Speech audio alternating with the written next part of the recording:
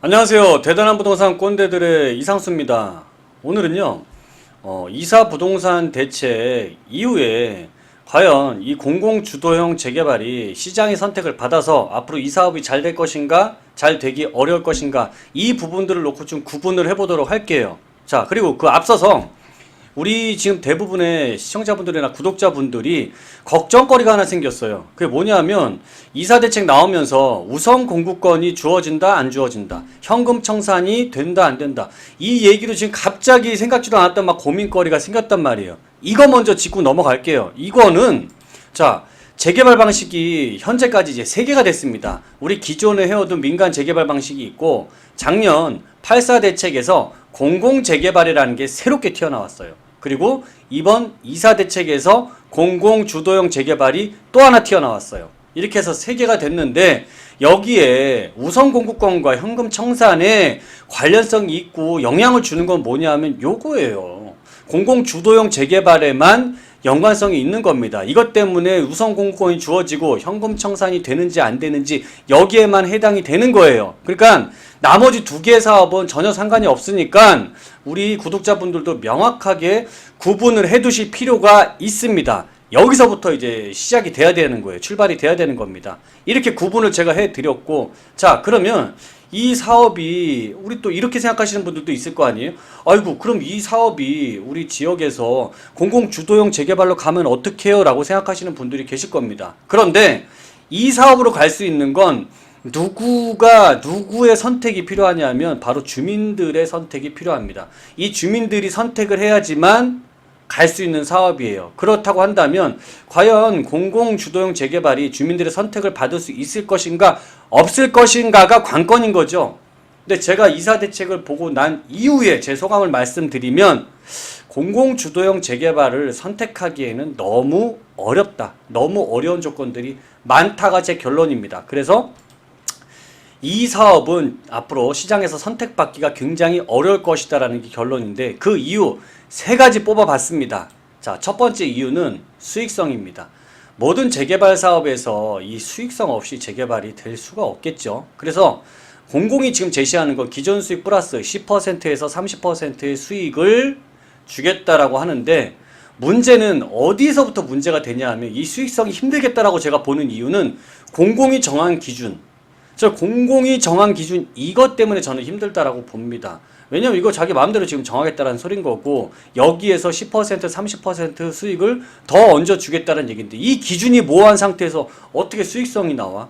자, 민간들이 재개발을 했을 경우에, 민간 지역에서 재개발이 됐을 경우에 이 민간이 기대하는 수익은 상당히 높습니다. 우리 마포나 용산이나 성동구 쪽에서 개발이 진행되는 때 보세요. 얼마나 집값이 많이 오르고 이 수익 자체가 굉장히 크게 상승을 해 있는지. 민간은 이렇게 보지만 정부가 예상하는 기준 자체는 분명히 낮을 것이라고 우려를 하는 거예요. 걱정을 하고 이 시각차가 너무 클 거기 때문에 이 사업을 선택하기 어렵다라는 게 그 이유입니다. 걱정할 만도 하죠.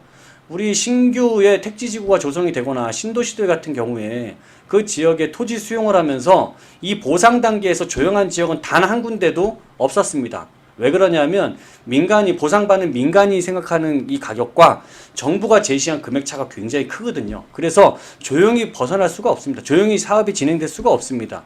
제가 되게 어려운 이유, 첫 번째 이유는 이 수익성이 불확실하다라는 점. 제가 보는 두 번째 이유 볼게요. 두 번째는 동의율이 나오기가 어렵다라는 거예요. 제가 쭉 이 법을 읽어보다 보니까 우선 공급권을 한 채만 인정하겠다는 내용이 나오는데, 자, 이래서 과연 될까 싶어요. 이래서 동의율이 과연 받을까? 의심스럽습니다. 왜 그러냐면 재개발 지역 들어가서 보면은 작은 빌라만 있는 게 아니고요, 이런 단독주택이나 다가구주택 같은 경우가 있거든요. 그런데 보통 이런 단독 다가구는 웬만한 아파트보다 더 비싸요. 시세가 20억, 30억 정도 한단 말이에요. 근데 이분들한테 재개발 동의를 얻으려면 한 채 줘서 동의 안 나옵니다.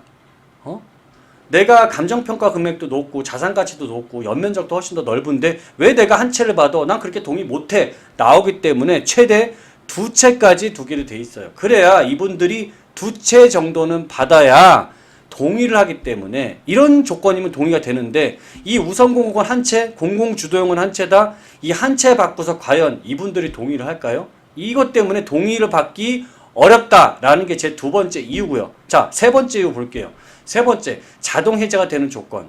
1년 내에 3분의 2 동의율 미달 시, 그 다음에 시세가 30% 이상 상승 시 자동 해제된다? 참, 1년 내 동의를 어떻게 받습니까? 1년 내 동의 받기 어려워요. 통상적으로 이거 단계 하나 넘어가서 아파트 받는데 단계 하나마다 동의 받는데도 2, 3년 이상씩 소요가 됩니다. 이것보다 더 길어지는 경우도 많아요. 근데 어떻게 이거 동의를 받을 수 있어? 이거 저 어렵다라고 보고요. 두 번째, 시세가 30%가 상승을 하게 되면 해제를 시키겠다. 이거 주민들 밤에 잠이나 자겠습니까? 예? 가격이 오른 상태가 되면 30%가 오르면 구역 지정 이후에 해제가 된다는데 불안해서 밤에 물이라도 떠다 놓고 정화수 떠다 놓고 진짜 빌다가 30분 빌다가 자야 될 상황이에요. 자, 이렇게 불안해서는 이런 해제 조건이 결국은 주민들을 불안하게 만드는 굉장히 큰 요소가 되기 때문에 선택받지 못할 것이다라는 게 제 세 번째 이유입니다. 자, 정리를 해볼게요. 그러면 이 수익성 불확실, 동의율 저조, 구역 해제에 대한 리스크가 크기 때문에 공공주도형 개발은 선택받기 어렵다, 선택하지 않는다라는 게 제 결론이고, 우리 서두에 우선 공급권과 현금 청산이 해당되는 경우는 공공주도형만 해당이 되는 거죠. 나머지 민간하고 상관없다라고 제가 말씀드렸죠. 그렇기 때문에 우선 공급권과 현금 청산, 이거에 따라서 우리 시청자분들, 구독자분들, 투자자분들 덜덜덜 떨지 마시란 얘기입니다. 자, 이렇게 어렵거나 좀 애매하거나 잘 알지 못했던 내용들 저희가 명확하게 깊숙이 들어가서 명확하게 탁탁탁 잘라드리는 역할을 할 테니까 우리 대단한 부동산 꼰대들 앞으로도 많이 찾아주시고요. 구독, 좋아요 꼭 부탁드리도록 하겠습니다. 다음에 더 알찬 내용, 더 화끈한 내용 가지고 또 준비해서 돌아오도록 할게요. 감사합니다.